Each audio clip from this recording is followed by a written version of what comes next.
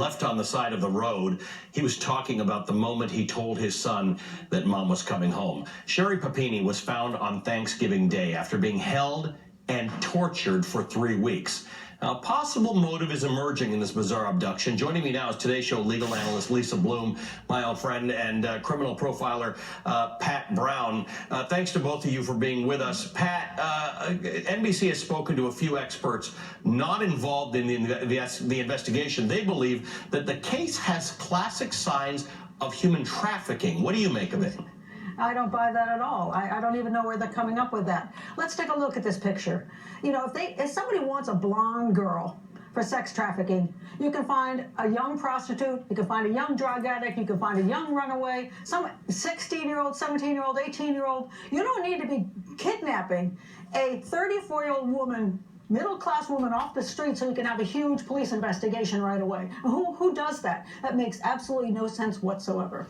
Let's talk about, Lisa, her injuries. They were severe. I'm going to, unfortunately, I'm going to warn okay, we're not showing pictures of it. She was badly bruised. She had a broken nose. They had chopped her hair off, and she ended up weighing 87 pounds when she was found. She was also branded.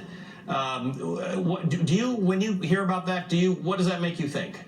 Well, that's certainly going to be a very important part of the investigation, and we don't know what the brand was, but the husband has said it was intended to send a message. And so, of course, investigators are going to want to know, what is that brand? What is the message that was intended to be sent? But I agree with Pat. This is a very disturbing, unusual case. Why abduct a woman, torture her, beat her, starve her, cut off her hair?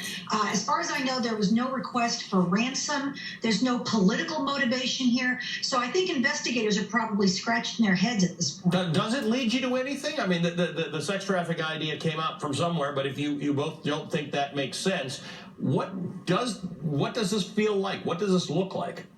Well, I just think we need a lot more information, and I'm sure investigators are gathering that information. Apparently, the victim has reported it was 2 Hispanic women who abducted her. She was able to give a description. But at this point, I just don't think we have enough information. Pat, hang on while I just play a little more of what Sherri Papini's husband had to say. Listen to this, and then I'll come to you for a comment. I get the phone and, oh my God, honey, and of course she's screaming, it's very emotional, and I love you, I love you, I love you, oh my God, you're here, you're back, where are you? And then the phone gets like taken away from her. That was, Pat, that was the moment that she was released and was able to call her husband, and then they didn't get to speak for a little while after that. Tell me what you were thinking about what this looks like to you.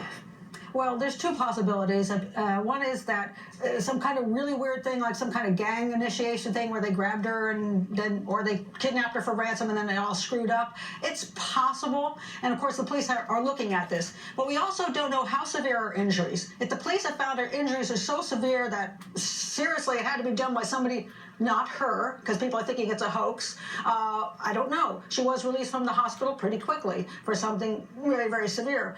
But on the other hand, here's another weird thing. The husband has been spending a lot of time saying to people, we're really upset about what everybody's saying on the internet. My wife is a beautiful, wonderful person. She's so great, but I have heard not one thing about the abductors, that somebody abducted your wife. Where's the anger toward these abductors? So I'm not saying that this is a hoax, but I'm saying that the police, they know a lot more. And I always wish I were there, because they're going to be able to interview Sherri, and they're going to know if there's something odd about her or there isn't something odd. If her injuries are odd or there isn't something odd. But from the outside, it's hard to know. It definitely seems odd. But Lisa, it's worth noting that the police have not suggested a hoax and have not suggested that the husband is a person of interest at all in this.